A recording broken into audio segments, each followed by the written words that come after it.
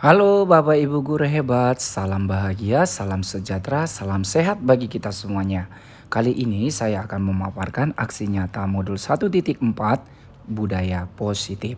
Perkenalkan, nama saya Dendri Butar-Butar, calon guru penggerak Angkatan 10 Kota Medan, Sumatera Utara, di mana pengajar praktik saya Bapak Tanson Sijabat dan fasilitator saya Ibu Leni Agustina. Rancangan tindakan untuk aksi nyata ini dengan latar belakang kenyamanan di sekolah maupun dalam kelas adalah salah satu hal yang sangat penting untuk terwujudnya pembelajaran yang efektif dan menyenangkan. Menyenangkan bagi murid akan terwujudnya peningkatan hasil belajar di kelas hingga mampu melahirkan hasil belajar yang maksimal. Tujuan aksi nyata ini yang pertama, menciptakan suasana kelas yang nyaman untuk proses belajar mengajar. 2. Untuk menciptakan rasa disiplin, tanggung jawab pada diri murid. 3. Mendidik murid untuk menjadi pribadi yang berkarakter serta bertanggung jawab. Adapun menjadi tolak ukur dalam aksi nyata ini yang pertama, murid menjadi pribadi yang mempunyai rasa memiliki dan bertanggung jawab. 2. Terwujudnya budaya untuk saling menjaga apa yang menjadi milik bersama dan merasa memiliki atas kesadaran bersama. Lini masa tindakan. Langkah-langkah tindakan yang akan dilakukan yang pertama, melapor ke kepala sekolah dan memberitahukan tentang program budaya positif yang akan dilakukan. 2. Meminta untuk bersama-sama dengan rekan guru lain untuk saling menjaga atas komitmen yang telah disepakati bersama. 3. Mensosialisasikan kepada rekan sejawat dan seluruh murid tentang budaya positif yang akan dilakukan di kelas. 4. Berunding bersama-sama tentang apa yang menjadi peraturan di dalam kelas. 5. Menentukan bentuk dan tata letak hasil kesepakatan kelas untuk mudah terlihat dan terbaca. 6. Membuat komitmen untuk menjalankan apa yang telah disepakati kelas. 7. Penanggung jawab untuk terlaksananya kesepakatan yang telah dibuat. Dukungan yang dibutuhkan yang pertama kepala sekolah, rekan sejawat, murid, dan penjaga sekolah. Berikut ini merupakan kegiatan diseminasi di sekolah mengenai pemahaman dan pengalaman budaya positif. Selamat siang rekan-rekan sekalian. Selamat siang, Miss. Ya, luar biasa semangatnya pada siang hari ini. Saya percaya sudah makan. Sudah, Ya, Miss. karena selain dari semangat, kesehatanlah yang lebih utama. Baiklah, pertama sekali mari kita ucapkan puji dan syukur kehadirat Tuhan yang Maha Kuasa, sebab hari ini kita diberikan kesehatan, terlebih kesempatan untuk berkumpul di ruangan ini dalam rangka seminar aksi nyata berupa penerapan budaya positif di sekolah yang akan dipaparkan oleh calon guru penggerak yang dilahirkan dari sekolah Galileo, tentunya oleh Sir Dendri Butar-Butar. Saya Miss Winky Sayat Situmorang sebagai MC hari ini. Yang pertama nanti kita masuk sesi untuk pemaparan, kemudian kita ada sesi tanya jawab sekaligus diskusi. Namun sebelum kita memulai seminar ini, alangkah baiknya kita mulai dengan doa. Saya izin membawakan doa dalam agama Kristen. Mari kita berdoa. Terima kasih Tuhan Yesus yang baik buat berkat penyertaan Tuhan yang boleh kami rasakan pada saat hari ini. Kami Tuhan akan belajar bagaimana cara membebaskan, bagaimana cara untuk mempraktikkan budaya positif yang ada di sekolah kami, terlebih yang akan disampaikan pemaparan materi oleh Sir Dendri. Dan kiranya Tuhan kegiatan ini boleh menjadi semangat, bahkan boleh menjadi acuan kami untuk tetap berbagi budaya positif di sekolah kami. Bila kegiatan ini boleh berlangsung dengan baik dengan penyertaan Tuhan. Terima kasih Bapak, kami menyerahkan seluruh kegiatan kami hanya ke dalam tangan pengasihan Tuhan. Hanya di dalam nama Tuhan Yesus Kristus kami berdoa dan mengucap syukur. Haleluya. Amin. Baiklah, langsung saja kita akan mendengarkan pemaparan materi aksi nyata budaya positif di lingkungan sekolah oleh Sir Dendri Butar-Butar. Kepada Sir, kami persilahkan. Terima kasih kepada Miss Winky ini sebagai moderator di kegiatan kita ini. Selamat siang buat semua.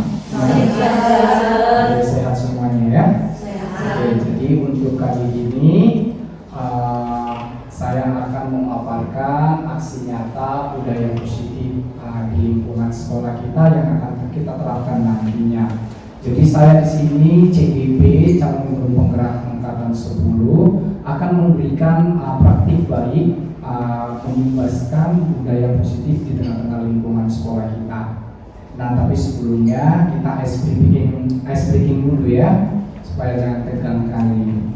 Oke, jadi untuk teman-teman semuanya, sebelum kita masuk ke materi, kita ada ice breaking dulu ya. Ice breaking itu kita buat lingkaran di sini.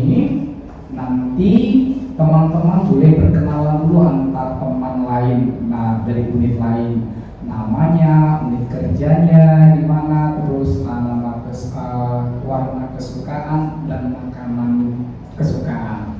Oke, tadi nama, unit kerja, warna kesukaan dan makanan kesukaan. Sambil kita putarkan lagunya yang paling enak apa teman-teman? Bapak Ibu semuanya. Bagaimana Jakarta? Mari. Oke, ya boleh. Oke, jadi tapi sebelumnya coba berdiri dulu di sini, Miss, membuat lingkaran semuanya. Nah, oke, nanti permainannya seperti ini. Ketika saya tembak, nanti tembak dor gitu dia kan. Nah, tembak 2 gitu seperti itu ya. Tembak 2 berarti 2 dari kanan Miss Eka, 1, 2 menyebutkan nama, unit kerja, warna dan makanan kesukaan dari dua orang dari kanan Miss ya. Berarti 1, 2 berarti Miss menyebutkan profil dari Miss. Oke, bisa ya? Bisa? Tapi kalian sharing dulu. Kalian kan sharing dulu.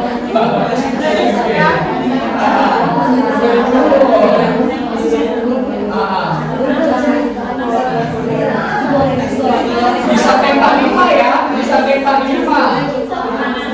Tembak 3, tembak 2.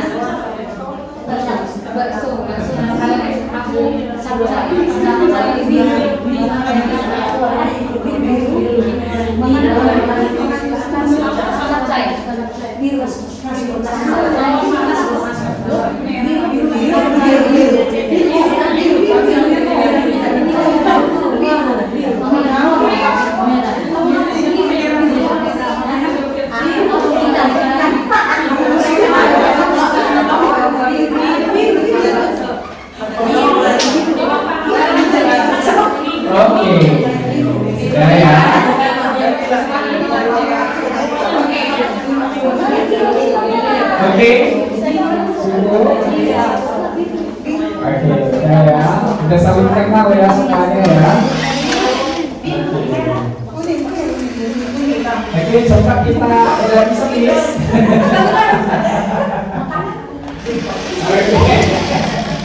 Oke, kita mulai ya. Kita mulai. Oke, coba ikuti musiknya Miss. Oke, kita berputar sambil joget ke kanan ya. Oke, ke kanan. Nanti bisa tembak 2, bisa tembak 3. Berarti kalau tembak 3 kita hitung 3 dari kanan ya, gitu. Oke.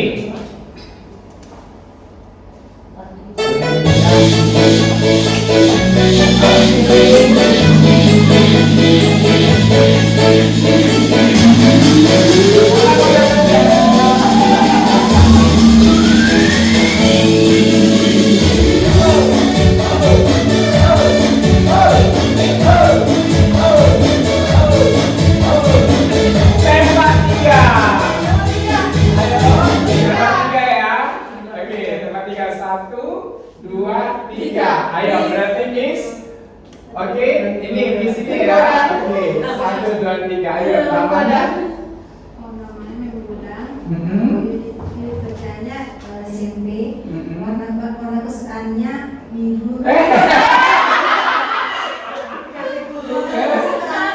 Langsung.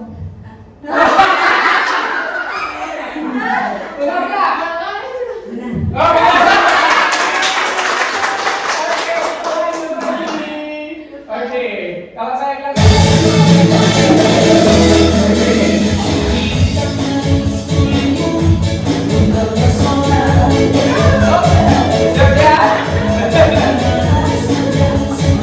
Jogja. Jogja.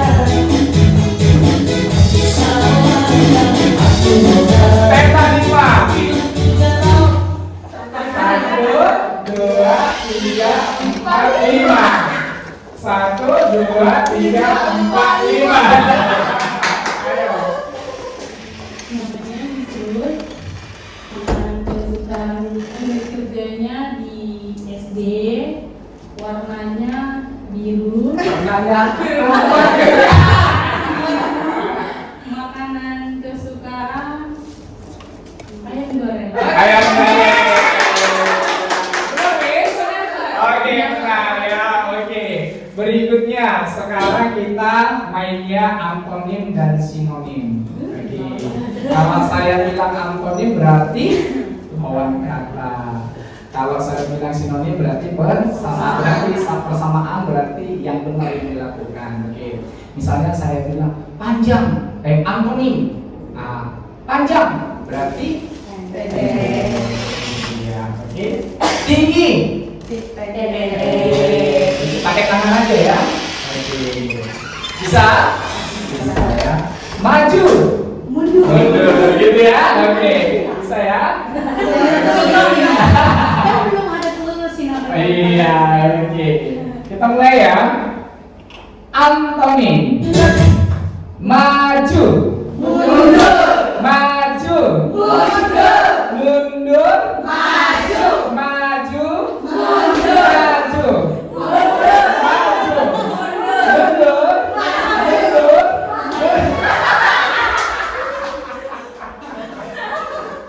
Oke, terima kasih. Ini semua dokumen boleh kembali dulu.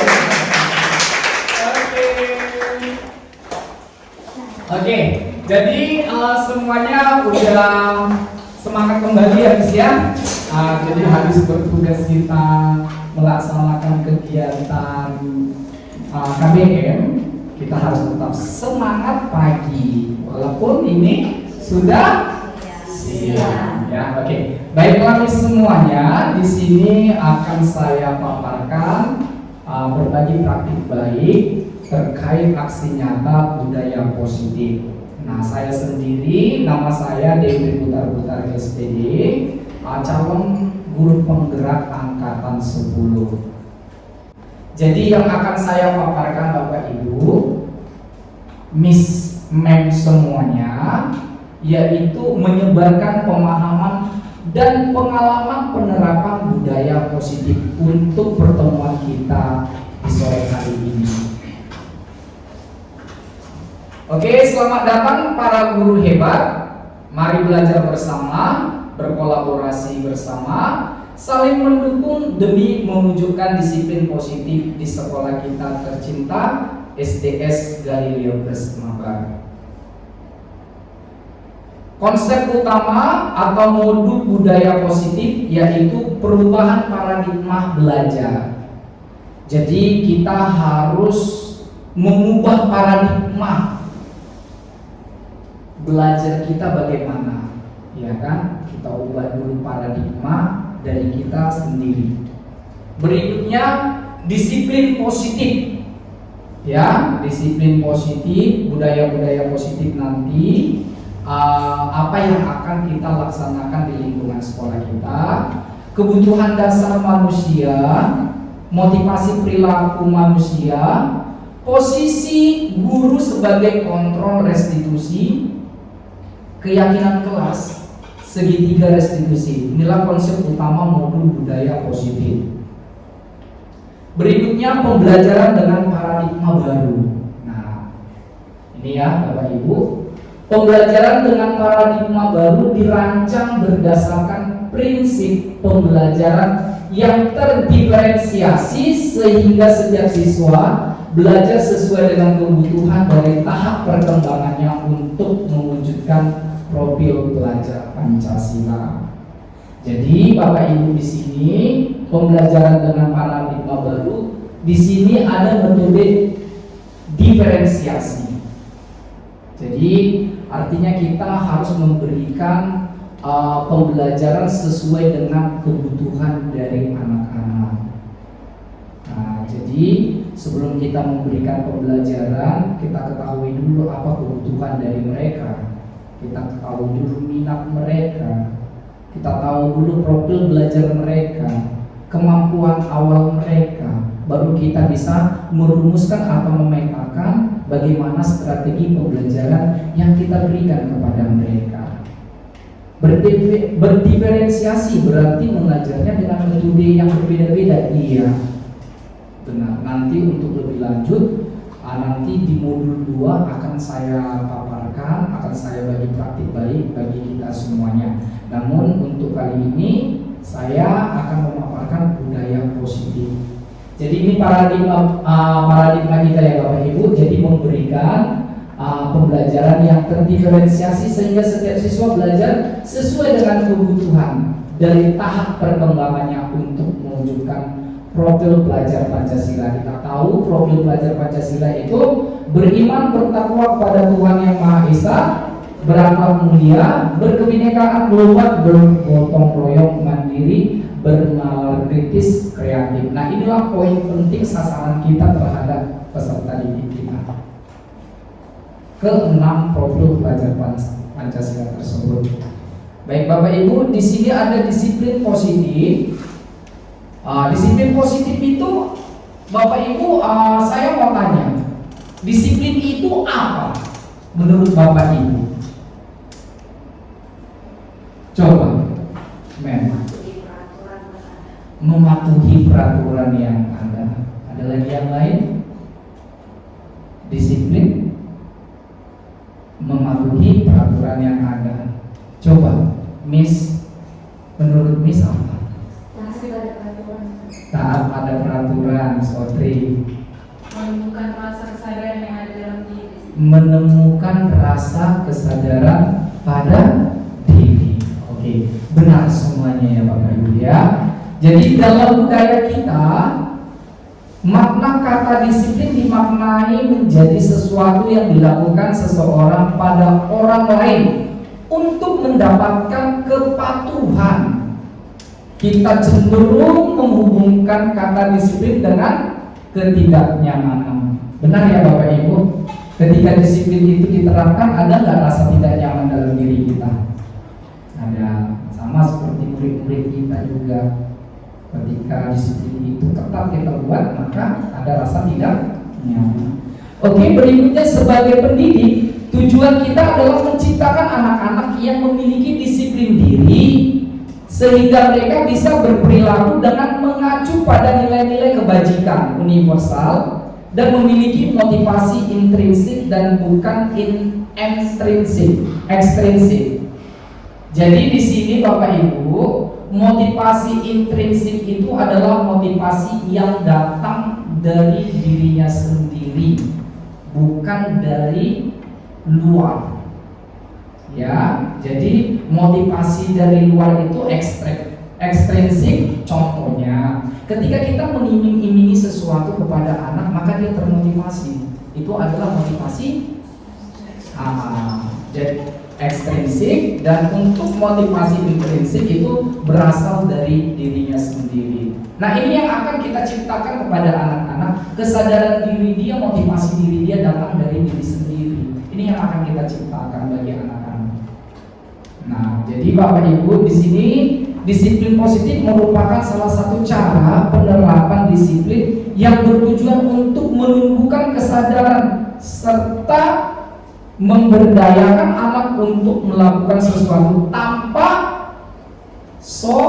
sogokan. Maka tadi yang saya bilang tanpa iming-imingi. Ternyata Bapak Ibu mengiming-imingi sesuatu untuk anak rajin belajar itu tidak baik, tidak ideal kita lakukan sebagai seorang guru. Nah, gitu ya. Jadi untuk melakukan sesuatu tanpa sogokan, ancaman maupun hukuman. Ya, jadi disiplin itu tidak baik ketika kita menyogok. Supaya disiplin nih, motivasinya kita sogok dengan nanti kamu kalau dapat nilai 100 nak, ujiannya saya kasih nanti sepeda baru. Nah, itu menyogok ya. Jadi itu tidak motivasi yang datang dari diri siswa tersebut. Ancaman, sering ya, ini Bapak Ibu kita ancam ya, awas saya jangan PR, nanti saya dirikan kamu di sini satu les, ya kan? Nah, itu tidak baik juga, maupun hukuman ya. Oke, itu tidak baik kita lakukan sebagai seorang guru. Oke, berikutnya kebutuhan dasar manusia. Nah, berarti termasuk kita, termasuk juga anak didik kita. Yang pertama, kebutuhan dasarnya ya bertahan hidup. Bertahan hidup berarti kita butuh makan, butuh minum, butuh uang. 100 pinjam dulu. Oke ya. Jadi kita butuh bertahan hidup. Nah, berikutnya kasih sayang dan rasa diterima. Ini ya Bapak Ibu ya. Jadi kita pribadi butuh kasih sayang dan butuh diterima. Benar. Ya. Ada yang tidak butuh kasih sayang di sini? Semuanya butuh ya. Oke. Dan semuanya butuh diterima. Oke. Terus penguasaan. Nah, ternyata kebutuhan dasar manusia itu juga penguasaan. Ya. Terus kebebasan. Kita juga butuh kebebasan ya. Nah, juga berikutnya kesenangan. Nah, jadi inilah 5 kebutuhan dasar dari manusia. Oke.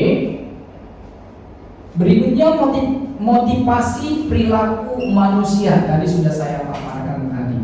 Motivasi perilaku manusia itu tadi ada tadi yang pertama intrinsik dan ekstrinsik. Ekstrinsik itu dari luar dan intrinsik dari dalam. Nah, motivasi merupakan dorongan yang timbul pada diri seseorang secara sadar atau tidak sadar untuk melakukan suatu tindakan dengan tujuan tertentu. Nah, itu dia. Yang pertama, menghindari ketidaknyamanan dan hukuman. Ini motivasi perilaku manusia. Supaya saya tidak dihukum, maka saya harus melakukan ini. Itulah motivasinya, ya kan? Nah, murid melakukan disiplin diri karena ia takut dihukum. Ini merupakan motivasi ekstrinsik. Nah, datang dari luar tadi ya, karena dia dikasih hukuman nanti, maka dia akan melakukannya. Nah, berikutnya mendapatkan imbalan atau penghargaan dari orang lain. Nah, memberikan penghargaan ini juga sebaiknya tidak begitu sering untuk kita lakukan kepada anak didik kita. Karena kenapa? Murid melakukan disiplin diri karena ia ingin mendapatkan imbalan. Ini merupakan motivasi ekstrinsik. Terus berikutnya menghargai nilai-nilai kebajikan diri sendiri. Ya, murid melakukan disiplin diri karena sadar akan nilai kebajikan dirinya. Ini merupakan motivasi intrinsik yang datang dari dalam diri peserta didik tersebut. Oke, kita lanjut Bapak Ibu. Nah, ada konsep disiplin. Ada konsep identitas gagal, ada disiplin yang konsepnya nanti sukses. Nah, konsep disiplin dengan kategori identitas gagal yaitu hukuman dan penghargaan. Ini gagal. Disiplin yang kita terapkan di sini gagal apabila kita menggunakan hukuman dan penghargaan kepada peserta didik. Ini tidak bisa kita terapkan ya Bapak Ibu di lingkungan sekolah kita. Sebaiknya ini kita hindari. Hukuman dan penghargaan ini kita hindari kepada peserta didik kita ya. Jadi kita sebaiknya tidak menyakiti ya. Ini hukuman ini menyakitkan, pastinya tidak nyaman, murid akan takut. Benar ya Bapak Ibu? Dan ini sifatnya memaksa kalau hukuman ini. Dan murid menyembunyikan kesalahannya. Dia tidak akan terbuka nantinya karena akan dapat apa? Hukuman. Dia pastinya takut dan akan menyembunyikan kesalahan dia. Dan ini akan menimbulkan karakter ketidakjujuran pada anak didik. Nah, kita mau mendapatkan nilai-nilai kebajikan dalam diri anak-anak tersebut. Ya Bapak Ibu ya. Nah berikutnya murid menjadi rendah diri. Ya, ini apabila kita sebagai seorang guru melakukan hukuman terhadap peserta didik kita. Nah saya pernah melakukannya Bapak Ibu, memberikan hukuman terhadap peserta didik dan juga pada anak saya di rumah. Jadi saya mendapatkan pencerahan untuk kita boleh implementasikan ini di tengah-tengah pekerjaan kita, yaitu di sekolah sebagai seorang guru. Jadi memberikan hukuman terhadap murid itu, saya tanya Bapak Ibu guru semuanya, baik apa? Tidak baik ya. Oke, boleh nggak berubah? Boleh ya. Oke, berikutnya. Jadi kan kita udah tahu apa dampak memberikan hukuman terhadap peserta didik. Oke, berikutnya ini juga penghargaan ini konsep disiplin dengan identitas gagal. Memberikan penghargaan kepada murid juga ini konsep disiplin yang gagal. Kenapa? Ya kan? Tidak efektif yang pertama. Yang kedua, merusak hubungan atau sifat iri akan muncul. Pernah nggak Bapak Ibu alami ketika anak-anak bayi rapot bulanan, terus dia dikasih hadiah, anak yang lain merasa ini dia aja yang juara? Atau pernah nggak usah dulu di lingkungan sekolah kita, di lingkungan lain, pernah nggak kita temukan seperti itu? Pernah ya. Nah, oke. Berikutnya mematikan kreativitas. Nah, ketika dia tidak diberikan penghargaan, dia tidak akan kreatif. Nah, tidak akan kreatif dia. Karena motivasinya apa tadi? Penghargaan. Jadi akan mati kreativitasnya. Ya, jadi penghargaan ini tidak efektif. Terus menghukum dengan sistem ranking. Nah, jadi menghukum dengan sistem ranking. Nah, ini sudah kita laksanakan ya Bapak Ibu untuk pembuatan ranking. Untuk pembuatan ranking sebenarnya tidak efektif. Karena apa tadi? Itu satu, iri hati. Apalagi Bapak Ibu, anak-anak yang tidak juara akan merasa apa namanya? Kecil hati. Benar ya? Akan merasa kecil hati. Ada nggak yang pernah di sini mengalami? Udahlah nilainya nggak usah ditunjuk-tunjukkan. Pernah nggak seperti itu Bapak Ibu dulu waktu kuliah atau waktu sekolah? Pernah nggak? Pernah ya. Karena kita merasa dipermalukan ketika nilainya rendah. Benar ya Bapak Ibu ya. Oke, berikutnya merampas hak menghargai dirinya. Merampas hak menghargai dirinya. Maksudnya seperti ini Bapak Ibu. Salah satu contoh, ada anak yang udah pintar menulis. Nah, udah pintar dia menulis. Anak ketika dia baru pertama sekali pintar menulis, dia pasti senang. Ya kan? Ih, kamu bisa menulisan kanmol. Ya kan, seperti anak saya Bapak Ibu, dia bisa menulisan kanmol, dia senang. Dia udah berlakon seperti seorang manusia yang paling bahagia. Udah senang sekali dia, ya kan? Namun kita rampas hak kebahagiaannya tadi. Kebahagiaannya kita rampas. Kebahagiaannya itu secara alami dia dapat karena dia bisa mencapai suatu tindakan, yaitu menulis, tapi kita rampas dengan memberikan hadiah penghargaan kepada dia. Akhirnya dia bahagia bukan karena pencapaiannya, tapi bahagia karena hadiah tadi, penghargaan tadi. Nah, itu dia. Pada awalnya si anak udah bahagia atas pencapaian yang dia dapat. Nah, kita rampas kebahagiaannya dengan memberikan penghargaan. Alhasil apa? Anak-anak bahagianya bukan karena pencapaiannya, tapi karena hadiahnya. Nah, seperti itu Bapak Ibu. Jadi saya tanya Bapak Ibu, hukuman dan penghargaan bagus nggak kita berikan kepada anak-anak? Tidak. Ya, oke. Berikutnya, konsep disiplin dengan identitas sukses. Nah, ini dia Bapak Ibu yang sebaiknya kita berikan kepada anak-anak di kelas, yaitu konsekuensi.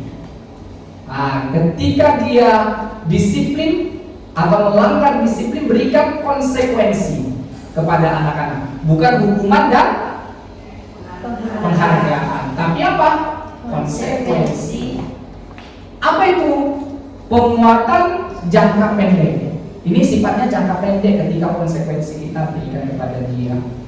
Nah, maka karena ini jangka pendek, maka perlu monitoring berkelanjutan. Ya, perlu monitoring berkelanjutan. Nah, ini sifatnya metodenya atau ya metodenya stimulus dan respon. Konsekuensi. Ayo kamu menjatuhkan air minum. Konsekuensinya apa? Silakan ambil kain pel, bersihkan kembali. Nah, itu konsekuensi dari perbuatan dia. Oke, kamu tidak mengerjakan tugasmu, latihanmu. Nanti keluar main, kerjakan latihan. Nah, itu konsekuensi dari perbuatan yang dia lakukan. Nah, jadi itu bukan hukuman, ya Bapak Ibu ya, tapi itu konsekuensi akibat tidak menerapkan disiplin. Nah, itu dia. Oke, ada yang bisa memberikan contoh konsekuensi? Yuk, kamu berkata tidak sopan terhadap temannya. Silakan minta maaf kepada temannya. Oke. Berikutnya, murid menghormati peraturan. Ketika konsekuensi kita berikan, maka murid akan menghormati peraturan. Berikutnya, kehilangan waktu untuk merenungi kesalahan. Ya, oke. Berikutnya, dan yang paling ideal yang kita lakukan sebagai seorang guru yaitu adalah segitiga restitusi. Ini yang paling ideal, yang sangat ideal kita lakukan. Ya, murid bertanggung jawab untuk perilakunya. Ya, fokus pada pemecahan masalah jangka panjang.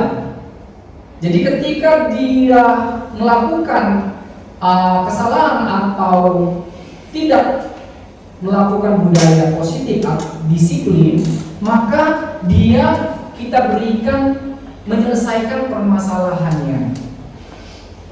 Kita libatkan dia untuk menyelesaikan permasalahannya tadi. Berikutnya, murid menghormati dirinya dan orang lain.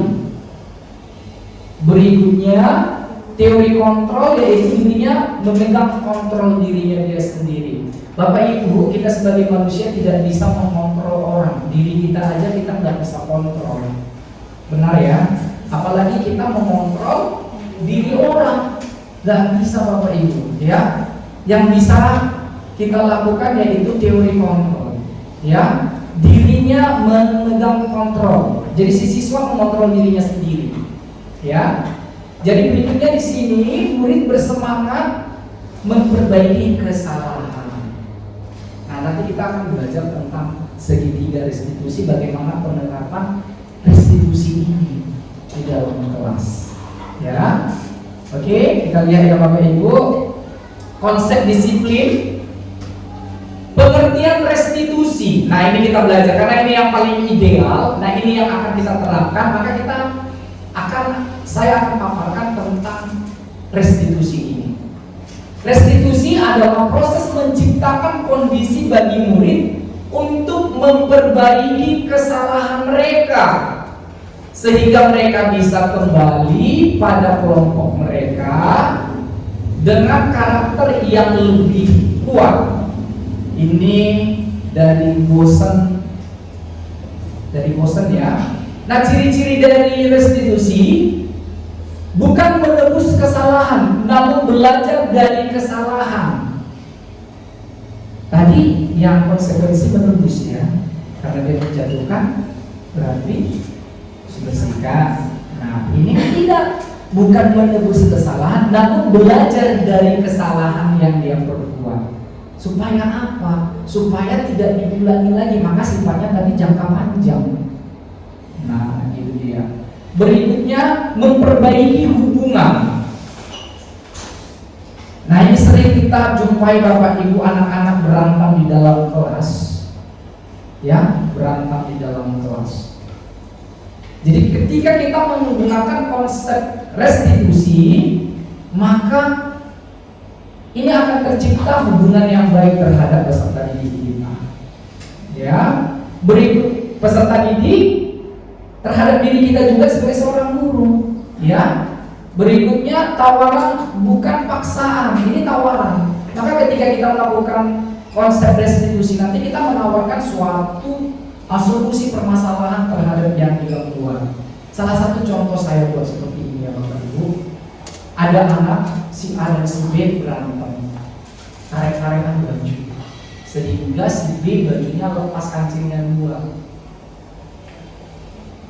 Si A saya panggil, ya kan? Saya lakukan konsep segitiga restitusi untuk menyelesaikan permasalahan dari si A dan si B. Ya, nah, saya buat pertanyaannya, saya berikan pendekatan kepada dia, saya stabilkan identitasnya dulu, ya kan? Terus saya validasi kesalahannya, saya tanyakan keyakinan yang sudah kita buat di dalam kelas. Nah, jadi si A ini saya tawarkan, karena dia tadi yang menarik baju si B kan, bagaimana ini A supaya bajunya si B ini kembali kancingnya bagus utuh. Nah, datang si A, saya tempel katanya gitu pakai lem, gitu kan? Nah, kita kasih solusi. Kalau ditempel, lepas lagi. Tapi setidaknya dia sudah punya ide kan Bapak Ibu, menempelnya kan, dan dia sudah punya tanggung jawab untuk menempelnya kan. Nah, jadi kita berikan tawaran, bagaimana jika kamu pergi ke Pak Anto, guru tata busana, kamu belajar di sana menjahit kancing. Jadi kita tidak membantu anak itu secara transparan, tapi kita tuntut mereka untuk menyelesaikan permasalahannya. Yang bekerja itu siapa? Si anak yang melakukan kesalahan kan. Dia belajar untuk menjahit, ya kan? Nah, di situ muncul rasa tanggung jawab dari si anak. Nah, itu dia. Ya Bapak Ibu ya, alhasil si anak dapat pembelajaran. Dia jadi pintar menjahit dan kesalahannya dia bisa dipertanggungjawabkan. Jadi hubungan mereka si A dengan si B kembali akur, ya kan? Nah, jadi itulah konsep restitusi ini Bapak Ibu. Berikutnya di sini mencari kebutuhan dasar yang mendasari tindakan.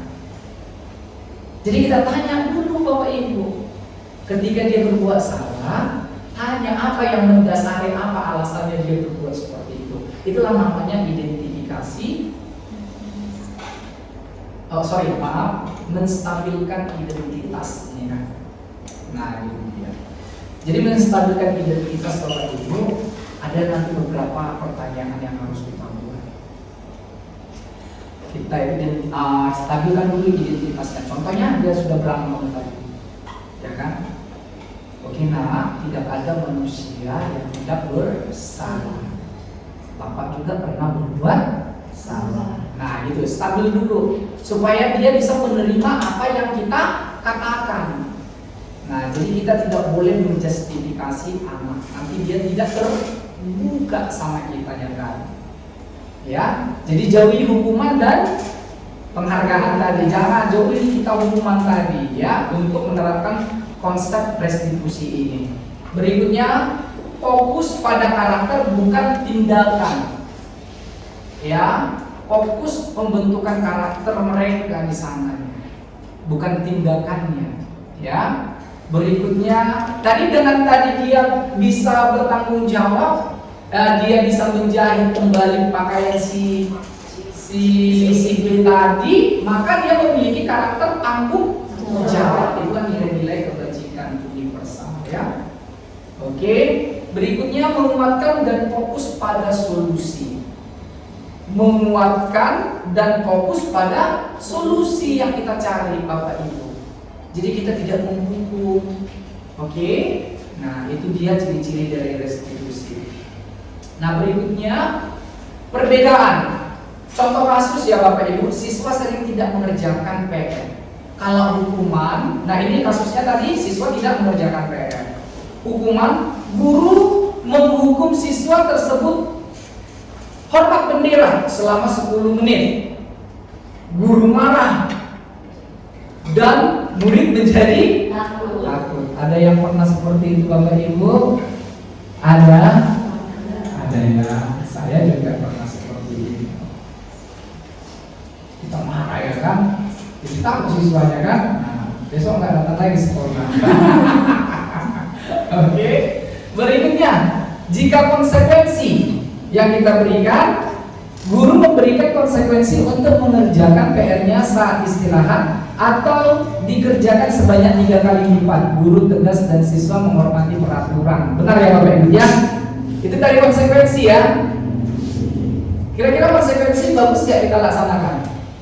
Ini identitas, ini konsep disiplin yang bagaimana? Gagal atau konsekuensi, gagal atau sukses? Sukses ya. Nah, yang tadi yang gagal apa? Disiplin apa?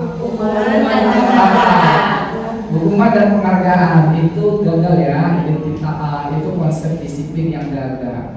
Tapi konsep disiplin yang sukses itu yaitu konsekuensi dan restitusi. Kira-kira Bapak Ibu yang dari sini, guru memberikan konsekuensi untuk mengerjakan PR-nya saat istirahat atau dikerjakannya sebanyak 3 kali lipat. Kira-kira Bapak Ibu pilih yang mana? Mengerjakan PR-nya itu tadi atau memberikan 3 kali lipat PR-nya? Iya, lebih dominannya ke sana ya. Memberikan konsekuensi 3 kali lipat kayaknya ngerjain anak-anak itu ya. Oke. Berikutnya, guru tegas dan siswa menghormati peraturan. Tegas berarti sesuai dengan on the track ya Bapak Ibu ya, sesuai dengan konten kesalahan dia. Ya.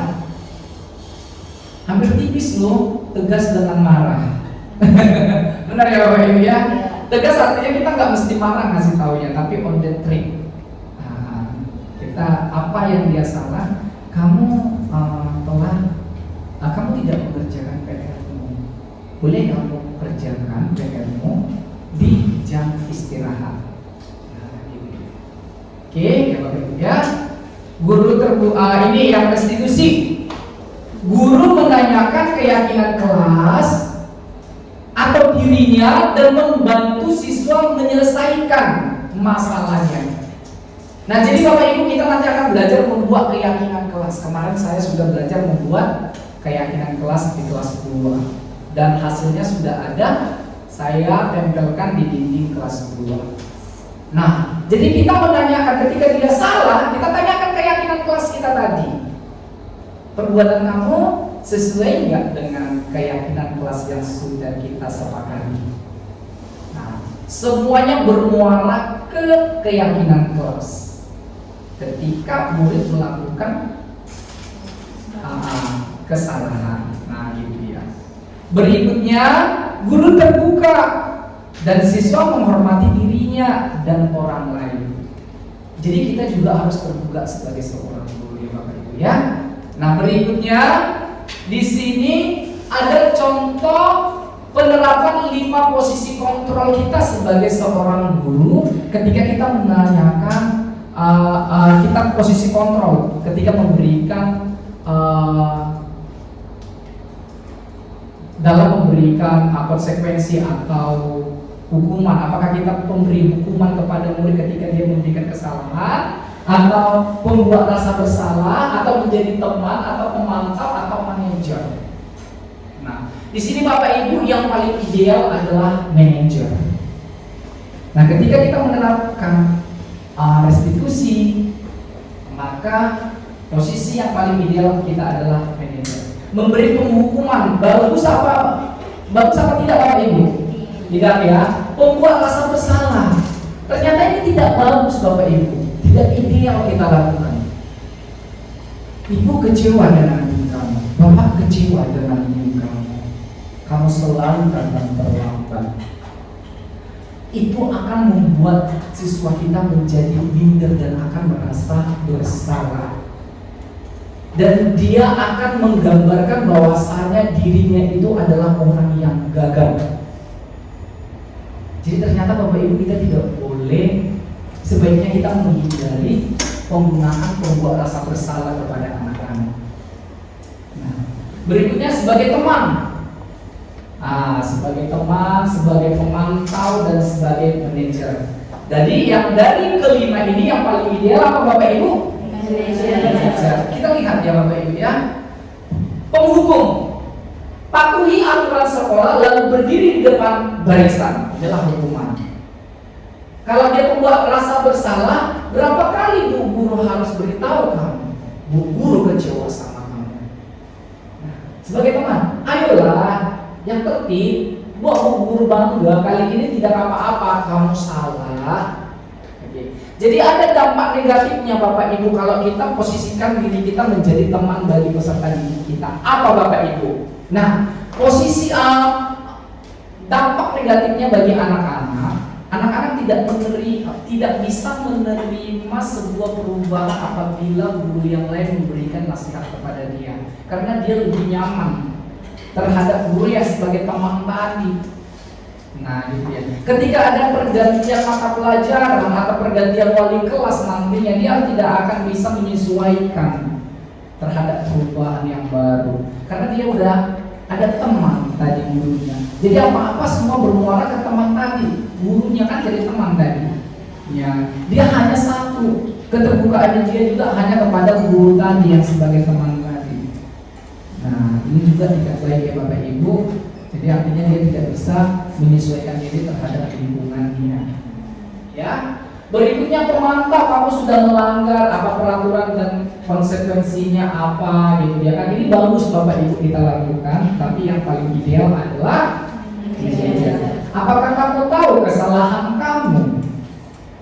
Kira-kira bagaimana kamu akan memperbaiki kesalahan kamu? Ya kan? Benar ya Bapak Ibu, dari kalimat ini, apakah kamu tahu kesalahan kamu? Berarti itu menanyakan keyakinan kelas yang sudah kita buat. Berikutnya, kira-kira bagaimana kamu memperbaiki kesalahan ini? Berarti mencari solusi ya Bapak Ibu ya. Nah, itu dia. Berikutnya, keyakinan kelas. Nah, ini yang sudah saya terapkan ya Bapak Ibu, keyakinan kelas, dan sekarang sudah ditempel. Sudah ada yang lihat keyakinan kelas yang saya buat Bapak Ibu? Sudah ya.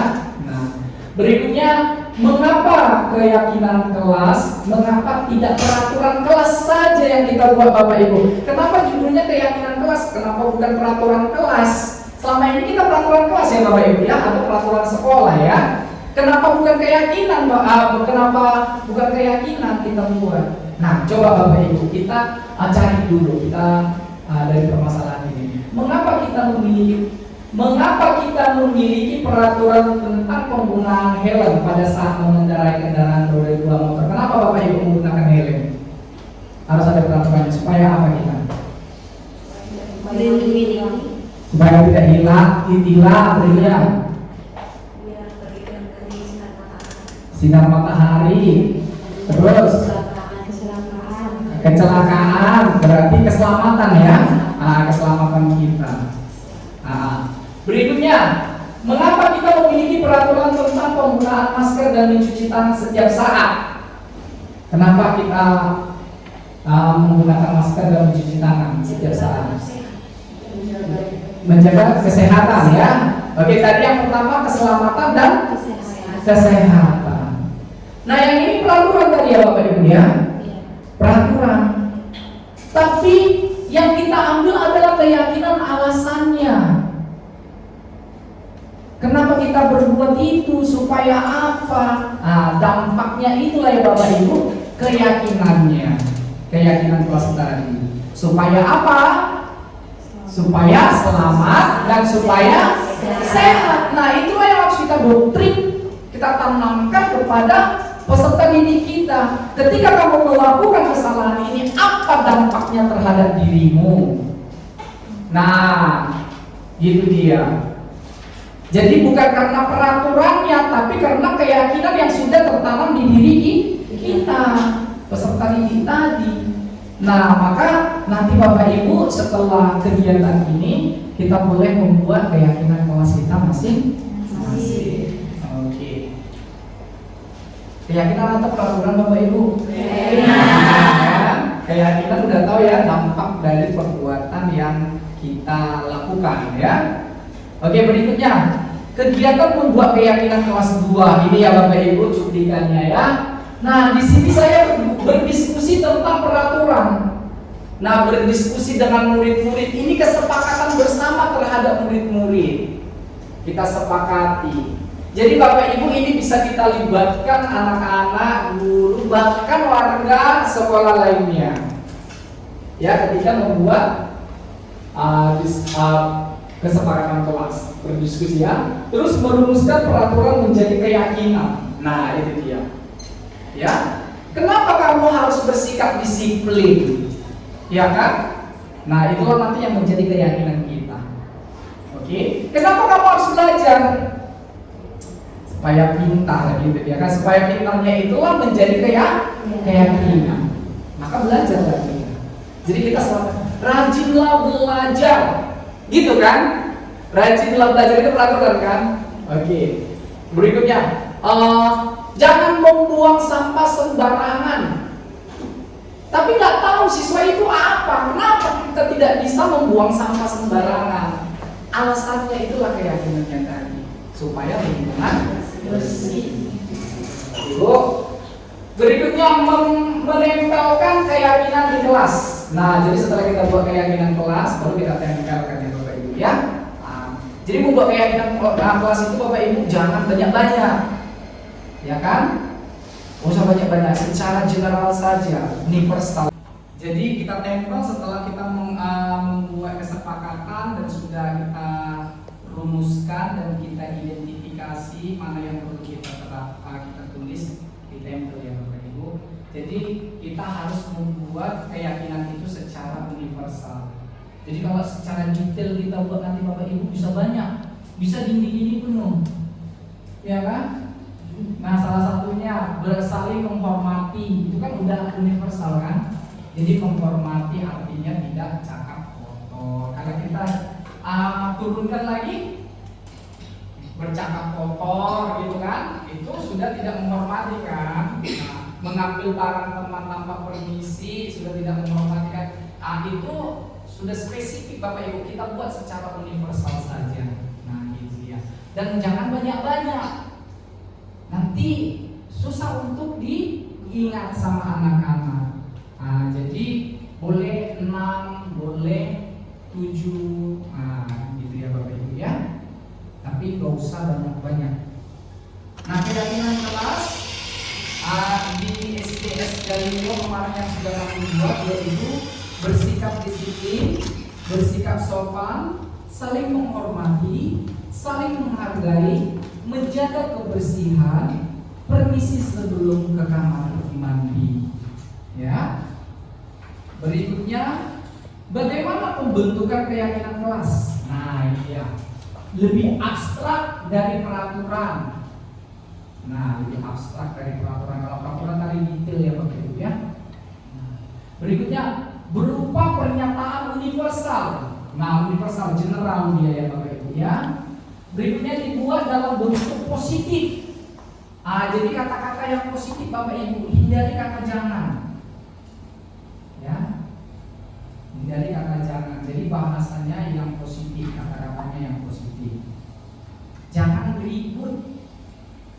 berbeda dengan sebaiknya tertib di kelas. Nah, jadi yang positifnya yang diberitahu Bapak Ibu biar tertanam di mindset mereka, Bapak Ibu ya. Nah, jadi ternyata kata-kata positif itu bisa terpatri di pikiran mereka nantinya daripada menggunakan kata-kata negatif, jangan ini, Bapak Ibu ya. Berikutnya sedikit saja agar mudah diingat. Nah, benar ya Bapak Ibu, sesuai dengan kondisi dan sekolah agar mudah diterapkan.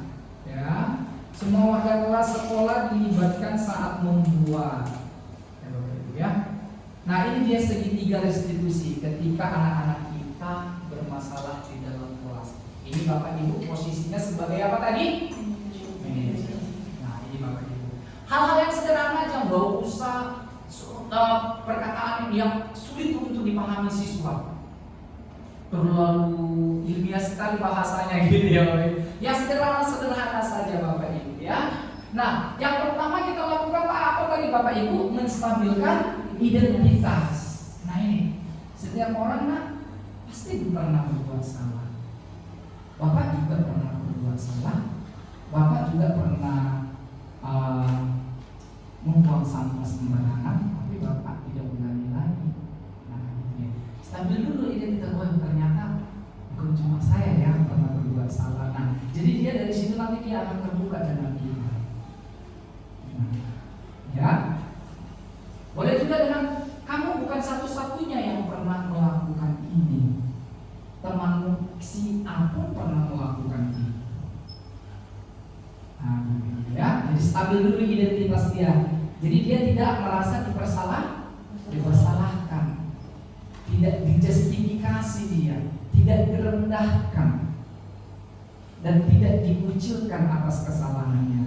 Kita stabilkan dulu diri dia, identitas dia, bahwa setiap manusia pernah berbuat salah.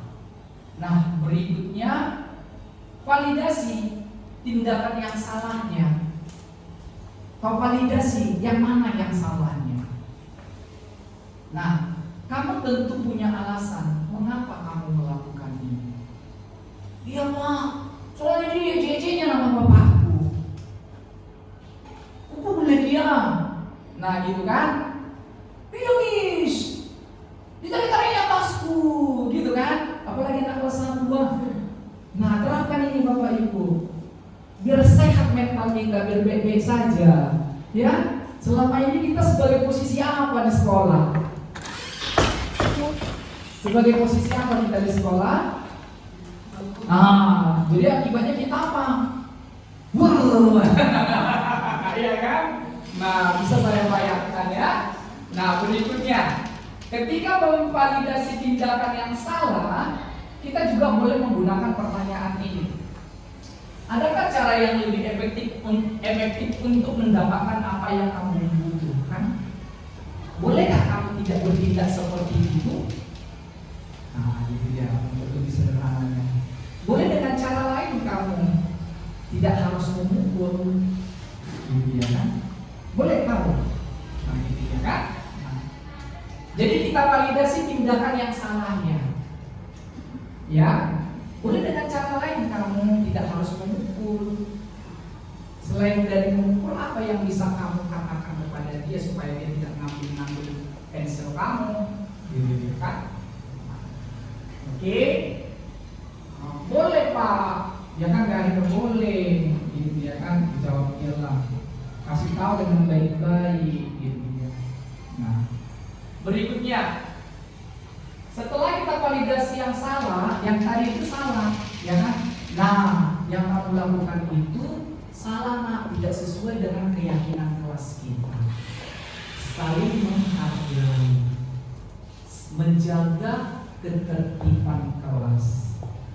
Nah, kita validasilah kesalahannya itu, kita tarik lagi ke keyakinan tadi. Ya. Berikutnya, menanyakan keyakinan.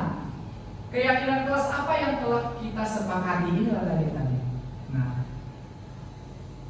Nah, jadi setelah dia sudah sadar dia kayak salah, maka kita tanyakan keyakinan kelas tadi. Ya, jadi kita seharusnya bagaimana, Nak? Nilai-nilai kebajikan apa yang harus kita tanamkan dalam diri kita? Bilang-bilang nanti kan, ya saya harus menghargai teman, berbagi, ya kan? Itulah keyakinan kelas yang kita buat tadi berfungsi, ya kan? Nah berikutnya, kamu ingin menjadi orang yang seperti apa sih? Ya kan? Oh saya mau menjadi orang yang bertanggung jawab sesuai dengan keyakinan kelas tadi. Oke ya Bapak Ibu, di sini ada contoh saya buat kasus 1. Ini anak yang tidak mengerjakan soal ujian, ya, soal ujian matematika. Boleh ya? Sambil Denis.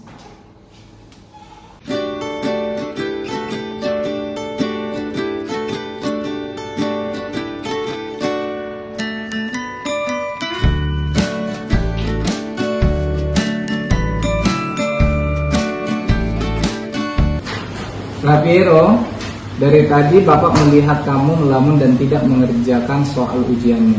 Ya Pak, saya bingung mengerjakan soal matematika.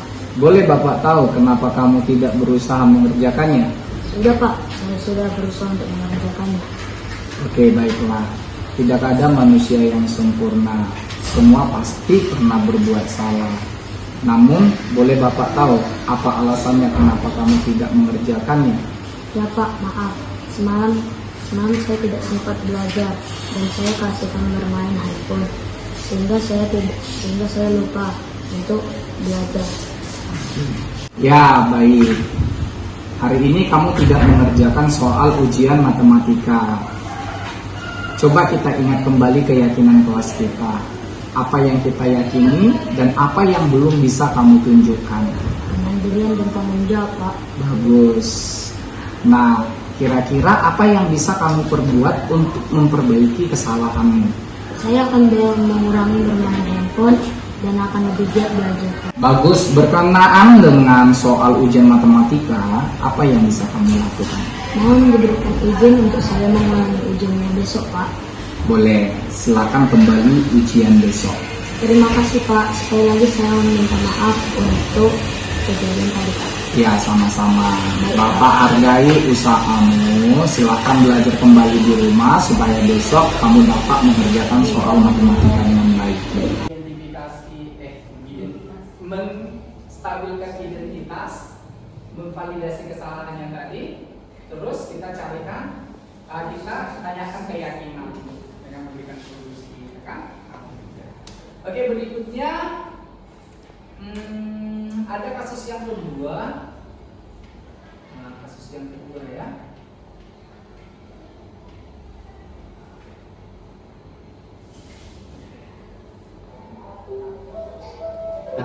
Nah, jadi sebelum kita mulai pembelajaran, dan supaya pembelajaran kita dapat berjalan dengan baik, sebaiknya kita buat dulu kesepakatan keyakinan kelas.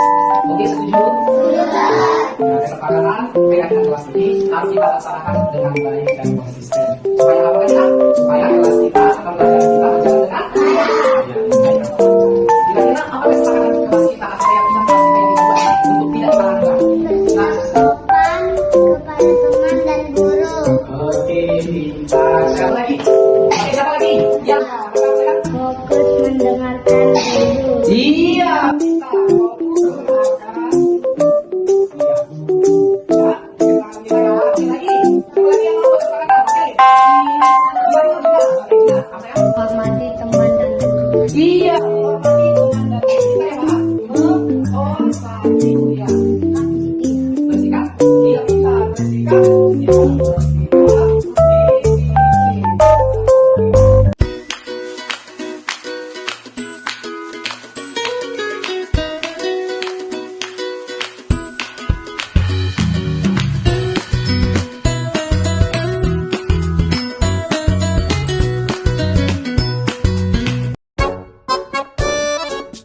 Timothy, apa yang kamu lakukan, Nak? Mari ikut Bapak ke kantor.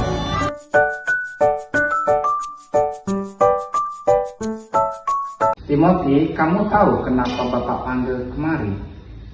Pak, Coba jelaskan. karena saya membuang sampah sembarangan. Nah, benar ya. Jadi setiap orang itu tentu pasti pernah berbuat salah. Sama, Bapak juga pernah melakukan kesalahan. Namun kesalahan yang Bapak buat tidak saya ulangi kembali. Timothy, tentu kamu punya alasan kenapa kamu membuang sampah sembarangan. Iya Pak, Coba dijelaskan.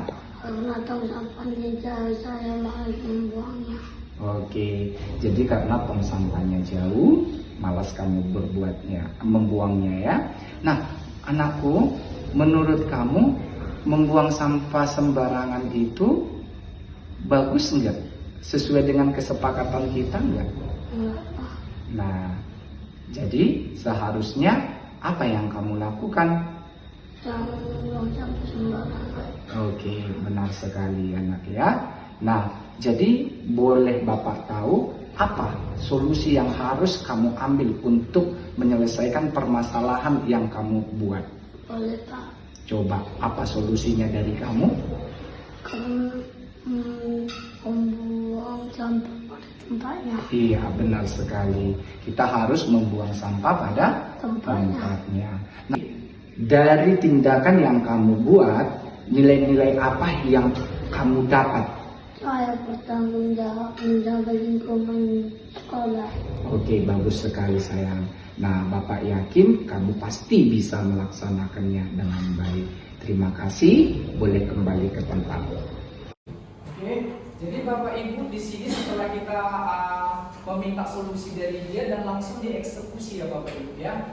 Nah, jadi kita langsung eksekusi apa yang menjadi solusi dari si anak tadi. Nah, jadi supaya ada actionnya. Nah, ini dia Bapak Ibu. Jadi hanya yang 3 ini Bapak Ibu yang kita lakukan, stabilkan dulu identitasnya, validasi kesalahannya, dan menanyakan keyakinan kelas kita tadi. Oke ya. Nah, jadi Bapak Ibu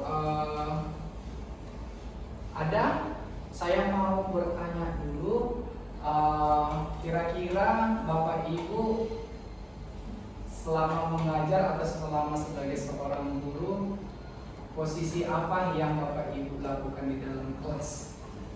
Apa? Pemberi hukuman. Oke, Miss?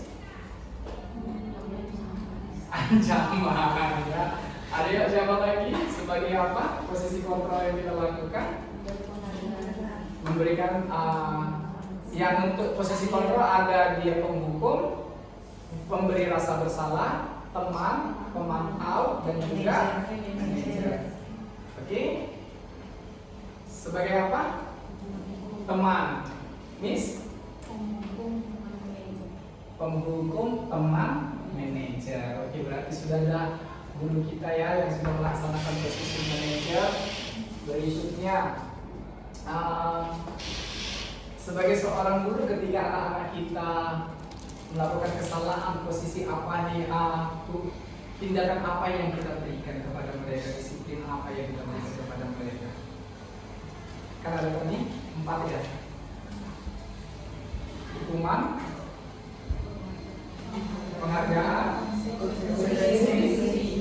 restitusi. Kira-kira apa yang kita berikan kepada Ibu? Hukuman. Apa? Hukuman ya. Oke, hukuman yang kita berikan ya. Ada yang memberikan penghargaan? Ada. Sering kali kita berikan penghargaan buat anak-anak kita ya. Jadi sebaiknya kita berikan apa Bapak Ibu? Restitusi. Ya benar ya Bapak Ibu ya. Nah jadi demikianlah paparan dari aksi nyata budaya positif yang saya lakukan. Dalam penerapan program disiplin positif ini hendaknya guru memiliki standar kepribadian profesional, sosial yang baik, di mana mampu merefleksikan pada posisi kontrolnya saat ini, bagaimana perjalanan dirinya sebagai seorang guru, posisi manajer yang menuntut murid-murid menjadi insan yang mandiri, merdeka, dan bertanggung jawab sesuai dengan standar nasional pendidikan di Indonesia. Nah, demikian Bapak Ibu hasil pemaparan saya. Untuk lebih lanjut saya serahkan kepada moderator untuk sesi tanya jawab, nanti akan dikumpulkan oleh moderator dulu, baru kemudian saya akan menjawab satu persatu. Terima kasih, selamat siang. Selamat siang yang Untuk materi kita hari ini dibawakan oleh Sarjenti, luar biasa. Kita masuk sesi diskusi pertanyaan bagi Bapak Ibu guru yang ingin menyampaikan pertanyaannya atau masalah kita di dalam kelas. Boleh kita sharing untuk menemukan tindakan yang paling tepat untuk kita terapkan di kelas kita masing-masing. Kira-kira ada Bapak Ibu, boleh diangkat tangannya. Untuk sesi pertama, saya berikan kesempatan untuk 3 orang penanya. Oke, saya mulai dari baik. Ada yang bertanya, Ibu? Boleh, silahkan berdiri ke depan saja ya, supaya teman-teman boleh melihat. Silahkan, Bu.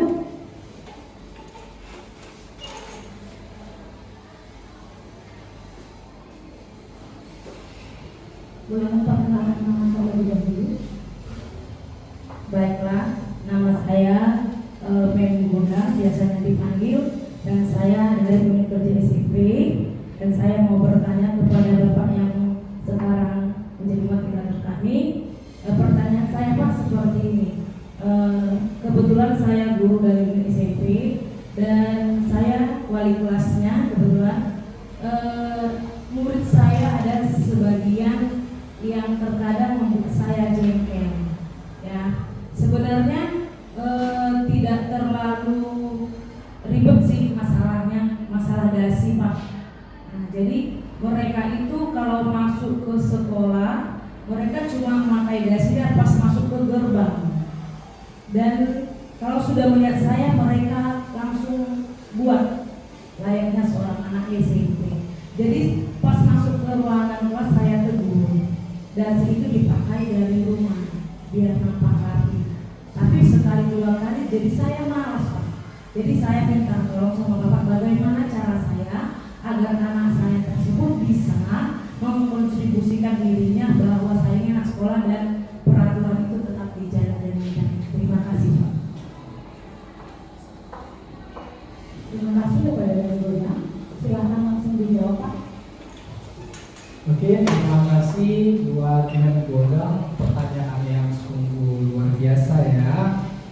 Bagaimana saya menghadapi anak yang sudah berkali-kali kita tegur tapi tidak melaksanakan aturan-aturan yang ada, yaitu seperti memakai dasi. Nah, hanya ketika ditegur saja menggunakannya, jadi ibu jadi malas ya, gitu dia ya. Nah, jadi Bapak Ibu, seperti yang saya katakan tadi, kita posisikan diri kita sebagai apa dulu? Sebagai manajer. Nah, jadi Ibu coba aplikasikan seperti yang saya paparkan tadi, menjadi manajer. Karena apa? Ketika Ibu menegur mereka, mohon izin ya Bu, karena tindakan yang Ibu berikan adalah dengan teguran. Atau mungkin ada marahnya Bu? Sedikit ya. Nah, jadi di sini kita menggunakan posisi kontrol sebagai penghukum kepada anak-anak, atau mungkin saja pemberi rasa bersalah. Nah, jadi Ibu posisikan Ibu menjadi manajer. Panggil anak duduk berdua satu-satu, setelah nanti habis pembelajaran duduk berdua, tahan dia, dan pakailah metode segitiga restitusi tadi. Nah, itu yang harus kita lakukan Bu, jika ingin menjadi guru sebagai posisi manajer. Nanti efeknya ketika kita memberikan rasa bersalah atau penghukum apa yang kita rasakan, kita jadinya jengkel ya Bapak Ibu ya, bisa stres kita dengan tindakan anak seperti itu ya Bapak Ibu ya. Nah, jadi mungkin saya sendiri juga ketika saya melakukan posisi saya sebagai penghukum, yang saya lihat tidak ada efek jerah bagi anak-anak, malah semakin dilakukan lagi berulang-ulang. Ya kan Bapak Ibu, diulangi lagi kan. Nah, jadi tidak ada nilai kebajikan yang mereka dapat ketika kita menghukum mereka. Malah mereka makin benci dengan kita ketika kita mengutarakan kata-kata dengan marah atau memukul gitu dia ya. Pernah Bapak Ibu dipukul gurunya dulu? Pernah? Apa yang Bapak Ibu rasakan? Jengkel. Ketika kita dipukul apa? Masih ingat nggak? Membekas nggak? Membekas kan? Nah jadi supaya hal-hal yang indah diingat murid kita terhadap kita, jangan kita posisikan. Sebaiknya kita memposisikan diri kita itu sebagai manajer. Karena ketika kita posisikan diri kita menjadi penghukum, pembuat rasa bersalah, kita yang stres Bapak Ibu. Udah berbunyi mulut saya membilangnya, tapi mau ngerti-ngerti. Nah, gitu kan Bapak Ibu ya. Jadi stres kita sendiri Bapak Ibu. Ya. Jadi kita posisikanlah diri kita sebagai manajer, gunakan dengan metode segitiga restitusi tadi. Tidak usah bahasanya yang terlalu tinggi Bapak Ibu, sederhana saja. Nah, itu. Nanti kita terangkan ya Bapak Ibu ya, jelas ya. Oke, mau bergerak, mau berubah, mau ya, oke. Mau mentalnya baik-baik saja, mau nggak menjadi wanita yang cantik, yang lembut. Nanti kalau kita malam-malam nanti bisa stres kita, rambut pun jegang-jegang ya kan. Oke, terima kasih. Ada lagi Bu yang mau disampaikan? Oke, ya. Terima kasih kepada Pak Matthew yang telah menjawab dengan begitu luar biasa. Kita boleh terapkan ya Ibu. Selanjutnya untuk Bapak Ibu guru yang masih mau bertanya, menyampaikan pendapat boleh, atau keluhan di dalam kelas boleh.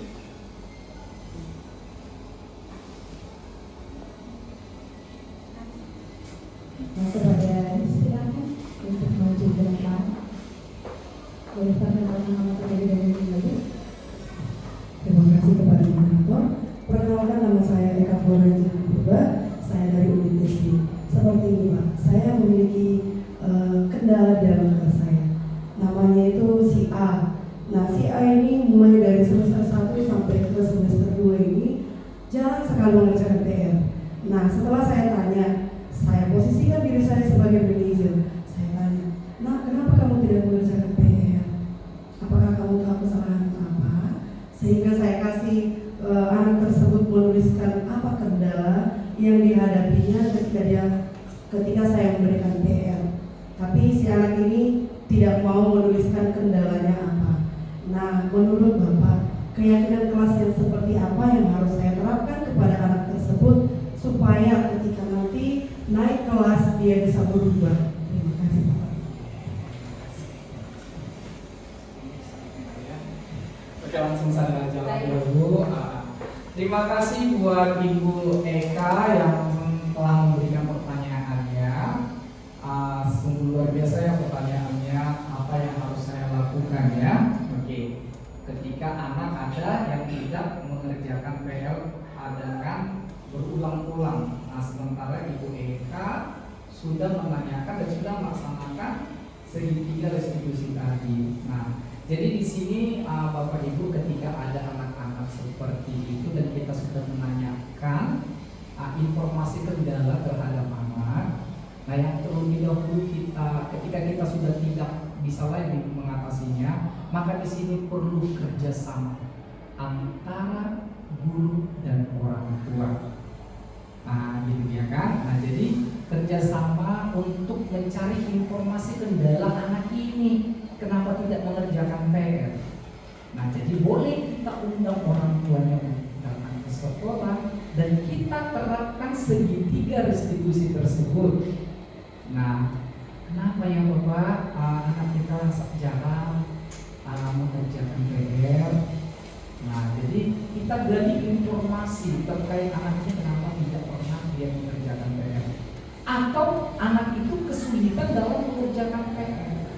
Nah, Bapak Ibu, nanti kita akan belajar pembelajaran berdiferensiasi. Nah, di mana kita belajar sesuai dengan minat dan kemampuan dan kebutuhan anak. Ada anak yang gaya belajarnya berbeda-beda. Ini kita sebagai seorang guru harus juga mampu memberikan gaya belajar sesuai dengan kebutuhan belajar anak. Jadi nanti Bapak Ibu ketika kita belajar berdiferensiasi, kita itu contoh, kita belajar tentang mencari keliling sebuah bangun ruang, bangun data, keliling bangun data. Nah, ada anak yang udah tahu mengerjakannya, ada anak yang belum tahu operasi hitung, karena di sana kan dibutuhkan operasi hitung ya, Bapak Ibu ya. Ada anak yang belum tahu tentang perkalian juga. Nah, tetap pelajarannya mencari keliling bangun datar, tetap pembelajarannya tetap satu topik, tapi gaya belajarnya harus berbeda-beda. Mungkin anak itu memiliki kendala di bagian materinya, dia nggak paham, makanya dia tidak mengerjakannya. Maka kita sebagai seorang guru juga harus mampu memenuhi kebutuhan belajar anak yang seperti apa dia gaya belajarnya. Ada yang gaya belajarnya kinestetik, auditori, dan juga ada visual. Nah, gitu ya. Yang kalau dia auditori, Bapak Ibu buat sebuah tempelan-tempelan yang memerlukan dia untuk bergerak-gerak. Ada nggak siswa kita laksanakan di dalam kelas? Ada. Nah, buat di sini Bapak Ibu info tentang pembelajaran kita keliling biar dia bergerak-gerak. Tempelkan di sini beberapa materi, misalnya rumusnya, contoh-contohnya, biar dia baca ke sana. Nah, sekeliling ini, biarkan dia berjalan-jalan. Maka ketika kita menerapkan berdiferensiasi itu memang kita harus membuat kelompok-kelompok kecil. Nah, sesuai dengan bakat apa dia, ini visual, ini. Nah, memang kita kalau mau mengajar anak-anak, kita harus memang betul-betul persiapan media belajar kita harus ready supaya kita nggak stres, Bapak Ibu. Bukan berarti kita ngajari kita sebagai pemantau di sana menuntun, ya. Nah, gitu ya. Jadi kelompok-kelompok kecil ini minatnya, misalnya contoh lagi ya Bapak Ibu ya. Tadi kinestetik ya, dia harus berjalan-jalan, dia harus jalan, dia harus gerak, dia baru bisa fokus belajar. Terus dia harus ada yang visual, harus melihat dia baru paham. Terus ada auditori, harus mendengar dia baru paham. Nah, maka kita menggunakan berbagai media yang disediakan oleh sekolah atau kita buat media kita sendiri, gitu ya. Itu salah satu tadi kita lihat kebutuhan belajar dari siswa. Mungkin itu salah satu kendala karena dia tidak memahami PR yang mau dikerjakan. Jadi ada rasa dia tidak mau, gitu ya. Nah, jadi kita cari dulu kebutuhan belajar dia apa sih, gitu ya. Contoh membuat sebuah puisi. Ini anak ini suka puisi ya, kita membuat puisi. Jangan judulnya kita patokkan Bapak Ibu, kita berikan mereka keleluasaan untuk menentukan topik puisi yang mereka buat. Misalnya dia suka berenang, ya udah tentang berenang aja puisinya, gitu ya.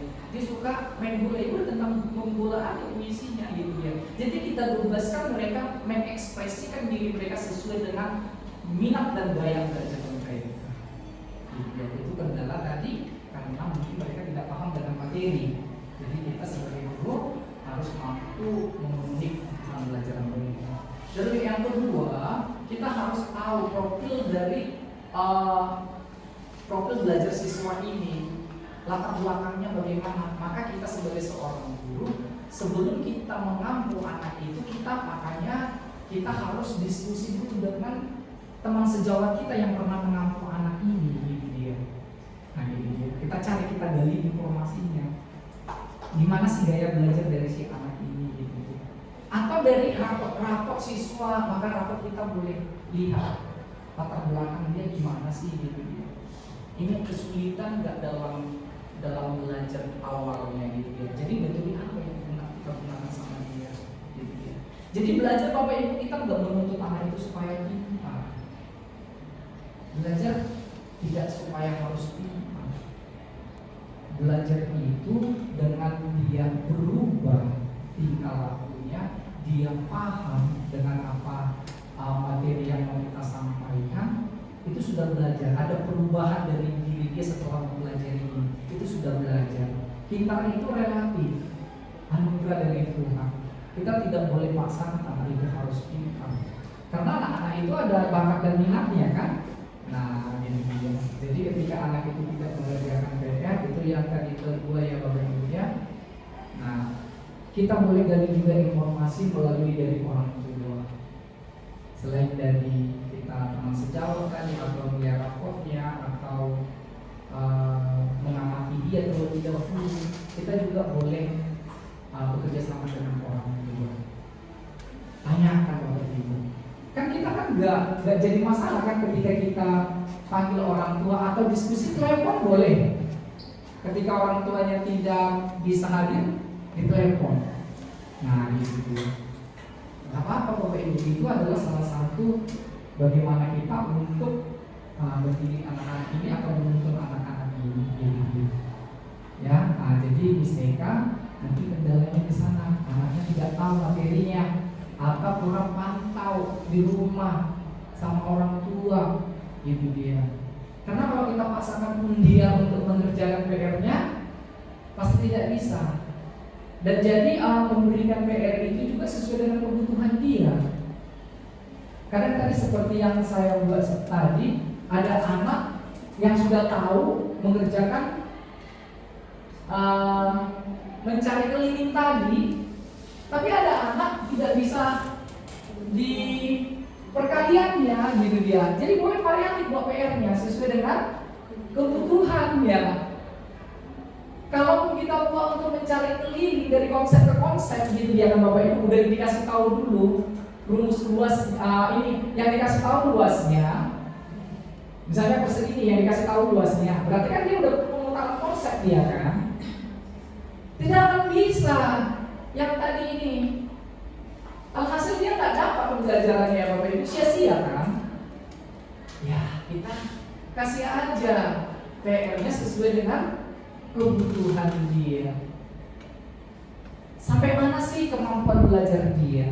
Gitu ya. Tuntaskan dulu yang belum dia bisa tadi. Biar bisa selesai tugasnya PR-nya. Benar nggak?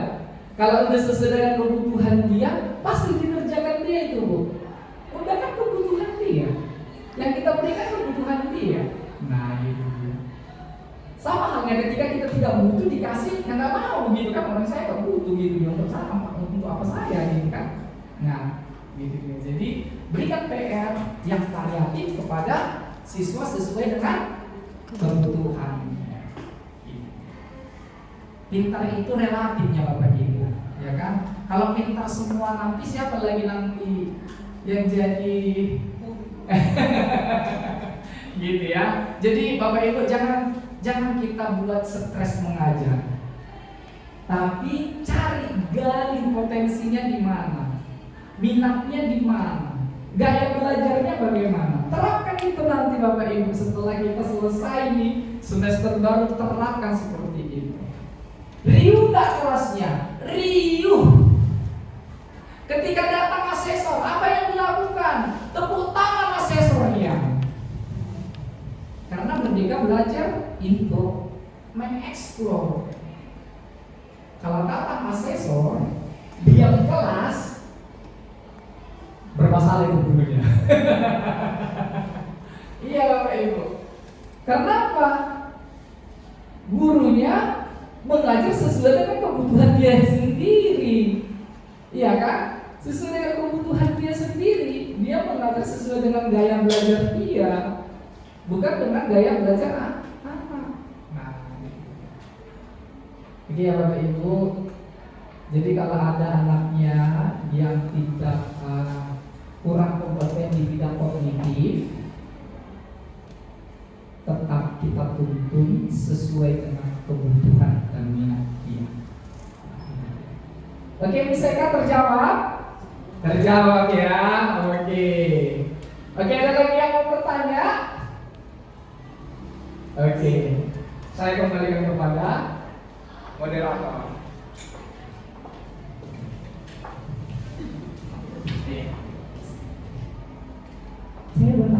kembali. Apakah masih ada yang bertanya untuk sesi tanya jawab?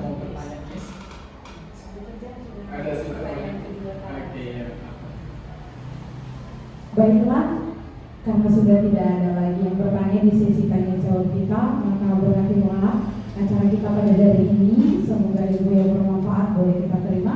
Adapun kesimpulan dari kegiatan kita hari ini adalah sebagai seorang pendidik harus menerapkan budaya positif di dalam lingkungan sekolah, terkhususnya di dalam mengajar, menerapkan belajar yang berdiferensiasi kepada siswa, sehingga siswa dapat memiliki tanggung jawab budaya saling menjaga. Saya punya slogan untuk kita pada hari ini. Kita boleh sama-sama berdiri untuk mengakhiri acara kita pada saat ini. Ketika saya katakan guru cerdas, kita katakan no hukuman, no penghargaan. Kemudian restitusi, yes, pakai gerakan. Saya ulangi, saya contohkan. Ketika saya katakan guru cerdas, katakan no hukuman, no penghargaan, yes restitusi. Boleh Bapak Ibu? Boleh ya. Kita bersama ya Bapak Ibu. Guru cerdas, no hukuman, no penghargaan, yes restitusi. Oke, tepuk tangan untuk Boleh kembali silahkan dulu. Demikianlah acara kita pada hari ini. Ilmu yang bermanfaat boleh kita terapkan langsung di kelas kita masing-masing. Kita tutup acara ini, kita berdoa. Saya mohon izin membawakan doa dalam agama Kristen. Terima kasih Tuhan Yesus yang baik, berakhirlah acara kami pada saat hari ini. Sungguh luar biasa materi yang boleh kami dapat hari ini Bapak. Bila kiranya Tuhan kami boleh menjadi guru yang bergerak, memberikan budaya positif kepada anak-anak kami bahkan di lingkungan sekolah kami ini. Bila hari ini Tuhan pemateri kami oleh Sargendri Butar-Butar, boleh Tuhan Engkau berkati supaya dapat lebih lagi mengimbaskan budaya-budaya positif kepada kami rekan-rekan sejawat, dan terlebih Tuhan kepada anak-anak yang boleh kami didik di sekolah ini. Terima kasih Bapak, berakhirlah acara kami dengan baik dan sungguh luar biasa. Biarlah Engkau yang memberkati setiap aktivitas yang akan kami jalankan. Terima kasih Yesus, kami berdoa hanya melalui perantaraan anak-Mu yang kudus, Tuhan Yesus Juru Selamat kami. Haleluya, amin. Setelah saya mengikuti praktik baik aksi nyata budaya positif, saya menyadari bahwa pembelajaran yang tepat adalah pembelajaran yang berdiferensiasi terhadap siswa. Dan saya menyadari bahwa ternyata tindakan pemberian hukuman dan pemberian hadiah adalah tindakan yang kurang tepat untuk dilaksanakan dalam pembelajaran. Sebab tindakan yang paling tepat digunakan adalah restitusi. Dan saya menyadari bahwa paradigma yang saya bangun menjadi seorang teman terhadap siswa ternyata tidak jauh lebih baik daripada memposisikan diri sebagai manajer terhadap siswa saya.